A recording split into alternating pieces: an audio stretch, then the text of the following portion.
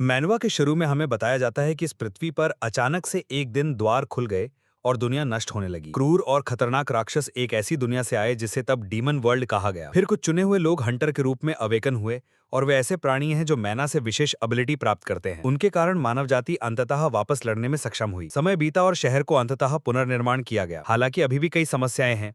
कम से कम कुछ लोग शांतिपूर्ण जीवन का आनंद ले सकते हैं। हालांकि ये हमेशा ऐसा नहीं था, क्योंकि स्वाभाविक रूप से अवेकन होने वाले हंटर बहुत कम थे, जिसके कारण राक्षसों के लगातार हमलों से बेकार की मौतें हो रही थी। इसलिए उन्होंने इसका मुकाबला करने के लिए कृत्रिम प्राणियों को बनाने का फैसला किया और वास्तव में राक्षसों के खिलाफ प्रतिरोध स्थापित किया। प्रयोग के लिए सामग्री थी मृत्युदंड प्राप्त कैदी, जानवरों के शव, द्वार के भीतर से खनिज और राक्षसों की कोशिकाएं। उन्होंने इन सभी चीजों को एक साथ मिलाया और मानव जाति के जीवित रहने के प्रयास ने किमेरा हंटर के बड़े पैमाने पर उत्पादन में बदल दिया। इसे वैज्ञानिक और हंटर समुदाय का आदर्श संयोजन कहा जा सकता है, जिसने हंटर के मृत्यु दर को नाटकीय रूप से कम किया और अनगिनत जिंदगियों को बचाया। बस ऐसे ही दुनिया धीरे धीरे अपने पुराने स्वरूप में लौटने लगी। ये एक अवैध किमेरा प्रयोगशाला में देर रात को कूदता है। प्रयोगशाला के अंदर कुछ लोग कहते हैं कि उन्हें बस इस एक को जांचना है और फिर वे घर जा सकते हैं। वे 18वीं मंजिल पर उच्च रैंक के किमेरा भंडारण कक्ष में हैं। वे उल्लेख करते हैं कि नंबर 17 के हाथ सड़ गए हैं। उनमें से एक पास जाता है और दूसरा उसे ऐसा ना करने के लिए कहता है, लेकिन वो कहता है कि ठीक है, क्योंकि उसका दिमाग खराब है और वो आदेश के बिना हिल नहीं सकता। लेकिन वे देखते हैं कि उसका दायां हाथ पूरी तरह सड़ गया है, जिसका मतलब है ये प्रयोग का दुष्प्रभाव होना चाहिए। लेकिन वे सोचते हैं कि ये इतना डरावना क्यों है,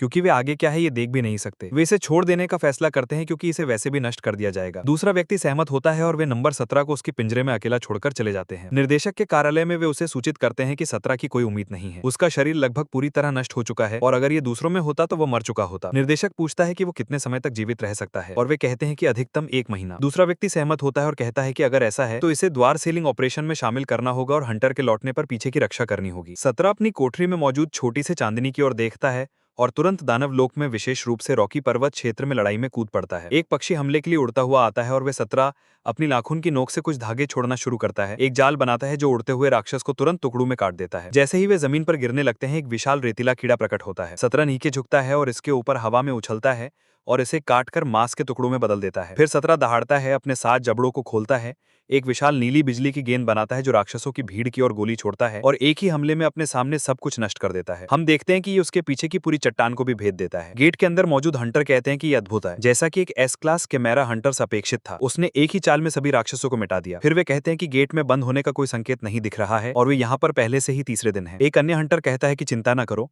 चाहे कितने राक्षस उन पर हमला करें, जब तक उनके पास वो एस क्लास कैमेरा है वे इसे संभाल सकते हैं। एक व्यक्ति अपनी तलवार पकड़ता है और कहता है कि उन्हें बस उन छोटे मोटे राक्षसों का ख्याल रखना है जो 17 को पार करने में कामयाब हो गए। गेट लाल हो जाता है क्योंकि ये विकृत होने लगता है और एक व्यक्ति और हंटर उन्हें चेतावनी देते हैं कि गेट बंद हो रहा है। वे कहते हैं कि आखिरकार समय आ गया है और नेता सभी को बताता है कि अब बाहर निकलने और घर जाना है। 17 किसी चीज पर मुक्का मारता है और हम देखते हैं कि वो एक विशाल राक्षस के साथ एक के बाद एक लड़ाई में है। एक महिला हंटर पूछती है कि क्या वे इसे घर नहीं ले जा रहे और नेता कहता है कि उन्हें इसे साथ ना लाने के लिए कहा गया था। वे कहती थी कि उसे लगा था कि यह महंगा है। नेता कहता है कि उन्होंने कहा था कि ये वैसे भी जल्दी मर जाएगा। वे कहती है कि उसे इसके लिए दुख हो रहा है, अगर वो ना होता तो इस बार बहुत सारे लोग मर जाते। वो उसके लिए सहानुभूति न रखने के लिए कहता है क्योंकि वह सोचता है कि ये तकनीकी रूप से एक निर्जीव वस्तु है और ये केवल आदेशों का पालन कर सकती है। जबकि 17 अभी भी राक्षसों से लड़ रहा होता है तो निर्देशक 17 से कहता है कि मिशन हंटर की वापसी को सुरक्षित करना है, जबकि वो अभी भी गेट पर हमला करने वाले सभी राक्षसों से रक्षा कर रहा है और लगातार उनसे लड़ रहा है। निर्देशक 17 से पूछता है कि क्या वे समझ गया है, लेकिन इस बार जिस राक्षस को वो मारता है वो एक प्रकार का अम्लीय गू छोड़ना शुरू कर देता है और हम देखते हैं कि 17 के अब हाथ नहीं है। निर्देशक कहता है कि इसके अलावा और कुछ नहीं है और एक बार मिशन पूरा हो जाए उसे वापस भी नहीं आना है। 17 कहता है कि वापसी सुरक्षित पूरा, लेकिन ये महसूस करते हुए कि वो पिघल रहा है, वे कहता है कि वापसी की अनुमति नहीं है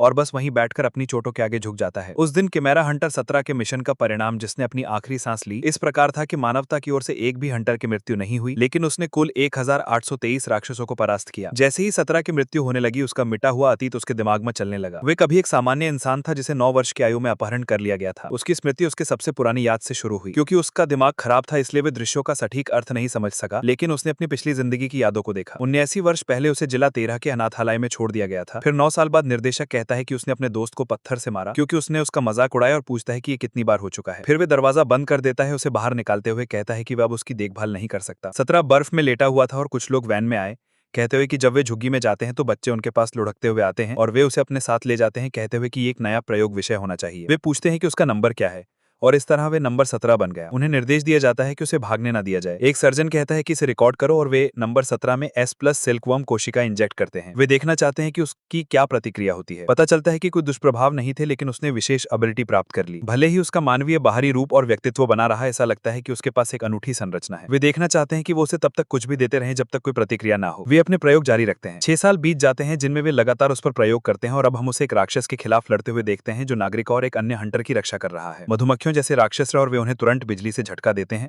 और उन्हें मिटा देते हैं जैसे वे कभी थे ही नहीं। एक नागरिक अपनी बेटी को पकड़े उसका धन्यवाद करती है और 17 का साथी माफी मांगता है क्योंकि वो जानता है कि एक बच्चे पर इतना बोझ डालना ठीक नहीं है। लेकिन 17 कहता है कि ठीक है। फिर 5 साल बीत जाते हैं और राक्षसों को हराने के बाद वे सोचता है कि वो यहाँ पर क्यों है और वो क्या कर रहा था। निर्देशक पूछता है कि वो क्यों गया और क्या वे अपनी यादों से भ्रमित हो रहा है, और वे हंसता है, कहता है कि आखिरकार उसके दुष्प्रभाव दिख रहे हैं। 17 सोचता है कि वे किस बारे में बात कर रहा है। फिर 5 साल और बीत जाते हैं, पता चलता है कि पिछले 15 सालों में उन्होंने उसमें 500 से अधिक विभिन्न पदार्थ इंजेक्ट किए हैं। वो कम से कम एक S+ हंटर है, लेकिन वास्तव में उसकी एबिलिटी अथाह है और वे उनकी प्रयोगशाला का सबसे बेहतरीन नमूना है। 34 साल बीत जाते हैं। एक महिला उसे चिकन ब्रेस्ट दे रही है, पूछ रही है कि क्या वे अच्छा है। वे तुरंत उसे निगल लेता है, जिससे वे डर जाती है और वे पूछती है कि क्या सबने देखा कि उसने खाया, जैसा कि उसने उन्हें बताया था। नागरिक गिनॉट से कहते हैं कि बच्चों को यह नहीं देखना चाहिए। और फिर आखिरकार 3 दिन पहले उसने अपना मिशन पूरा किया और अपनी चोटों के कारण मर गया। युद्ध के मैदान में उसकी रीढ़ की हड्डी का एक टुकड़ा जमीन पर पड़ा हुआ देखते हैं। वे हिलना शुरू करता है और फिर हवा में तैरने लगता है। उसकी पूरी रीढ़ खुद को पुनर्गठित करने लगती है और उसका शरीर फिर से बनने लगता है। 527 अलग अलग राक्षस कोशिकाओं में से एक ने ये चिंगारी पैदा की जिसने उसे फिर से खड़े होने दिया, और वे सोचता है कि क्या हो रहा है और वे फिर से इंसान कैसे बन गया। पता चलता है कि उसने पुनर्जनन कर लिया है। वे अपने हाथों को देखता है और कहता है चूंकि राक्षस कोशिकाएं अभी भी सक्रिय हैं, तो वे ये नहीं कह सकता कि वो पूरी तरह से इंसान है। ऐसा लगता है कि प्रयोग के बाद से काफी समय बीत गया है और यह देखते हुए कि प्रयोगशाला उसे लेने नहीं आई तो उसे त्याग दिया गया था। उसकी कलाई पर प्रयोग का नंबर भी गायब है। इसका मतलब है कि अब उसे प्रयोगशाला से भागने की जरूरत नहीं है। उसके शरीर का इस तरह होने का कारण फायर टाइप राक्षस की शक्ति होनी चाहिए। वे कहते हैं कि अगर कोर नष्ट न हुआ तो तुम 3 बार तक जीवित रह सकते हो, लेकिन उन्होंने ये भी कहा कि मानव कोशिकाएं फीनिक्स कोशिकाओं के साथ संलयन नहीं कर सकती। अब उसे जो निश्चित है वो ये है कि उसका शरीर अपनी चरम सीमा में लौट आया है, शायद इसलिए क्योंकि प्रयोग के सारे दुष्प्रभाव खत्म हो गए हैं, लेकिन वे पहले से कहीं बेहतर महसूस कर रहा है। जब से दुष्प्रभाव शुरू हुए थे उसे हमेशा लगता था कि उसके दिमाग में कोहरा छाया हुआ है। यहाँ तक कि विश्वासघात रोकने के लिए जो जादू उन्होंने उसमें डाले थे वे सब भी गायब हो गए हैं। अगर उसका नंबर 17 के रूप में जीवन वाकई खत्म हो गया है तो शायद अब वे अंततः एक इंसान के रूप में जी सकता है। 17 सिर्फ एक नंबर था जो उन्होंने प्रयोगशाला में उसे मनमानी रूप से दिया था। वे हमें अपना असली नाम बताने जाता है, लेकिन हमें अनाथालय के निर्देशक की एक फ्लैशबैक मिलती है जो कहता है कि उसका व्यक्तित्व बहुत खराब है और उसे कम से कम दूसरों की मदद करने के प्रयास में जीना चाहिए। उसे दूसरों की मदद करने के प्रयास में जीना चाहिए, भले ही यह एक सचेतन प्रयास हो। इस अर्थ में उसे हजारों लोगों को बचाने के लिए जीना चाहिए। हमें पता चलता है कि उसका पूरा नाम चन डाउन है। डाउन कहता है कि एक आवारा बिल्ली किसी को कैसे बचा सकती है, और अब उसके जाने का समय हो गया है। वे बदले के बारे में सोचते हुए आकाश की ओर देखता है। वे कहता है कि बदले के लिए सामने एक लक्ष्य होना चाहिए, और ईमानदारी से अब ये इतना पुराना लगता है कि बदले की आग पहले की तरह नहीं जलती। वैसे भी वे तुरंत इंसान के रूप में नहीं जी सकता, और अगर वो जीता रहा तो वे अंत में उनसे मिलेगा और उस समय वे इसके बारे में सोचेगा। फिर वे नीचे अपनी कमर की ओर देखता है, महसूस करता है कि उसके पास कोई कपड़े नहीं है।